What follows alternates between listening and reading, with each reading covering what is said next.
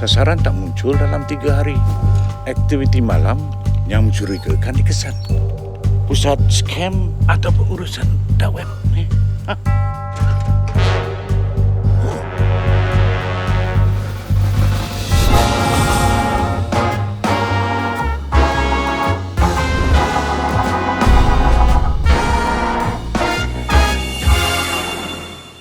Sini.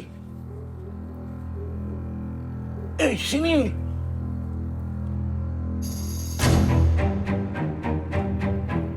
Shh.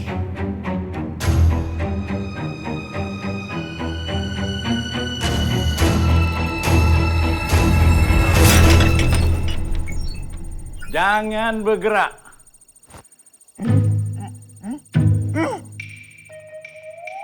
Dark web mana? Dark web mana? Operasi scam mana?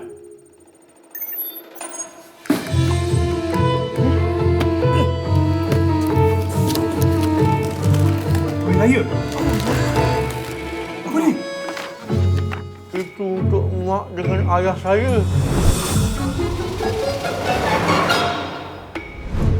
Ayah, Ahmad, are you okay? Dah lama tak jumpa kamu. Hey, dark web mana? Operasi scam mana? Ha? Saya cuma kejar deadline klien. Klien minta pagi raya. Raya? Ha? Besok raya. Saya tak pack lagi. Tak beli tiket bas lagi. Belum pergi big pharmacy untuk mak lagi. Macam mana ni? Aku dah cakap. Hey, Jim. Ya.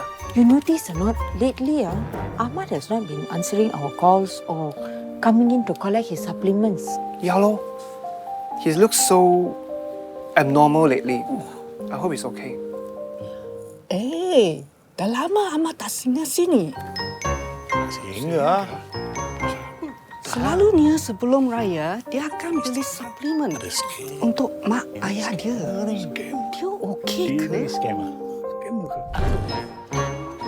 Apa ni? Dark web. Ni, siapa cakap pasal dark web ni?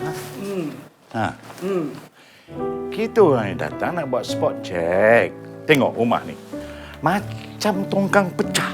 Betul. Macam mana nak balik kampung? Nah, Mak, ini suplemen untuk mak ayah kamu. Aunty sudah tolong belikan. Ayah, jangan risau ya. Pasal tiket bas tu, Pak Din, nanti Pak Din boleh hantar kamu ke stesen ya. Beres. Tapi makan dulu. Macam tak tidur 3 hari je kau ni.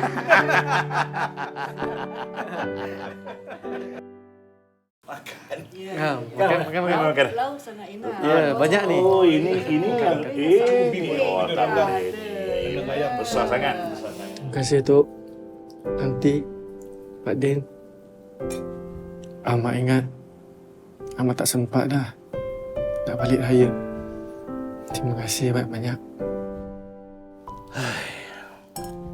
Boy, kerja tu kerja juga. Ya? Tapi raya ni memang untuk keluarga.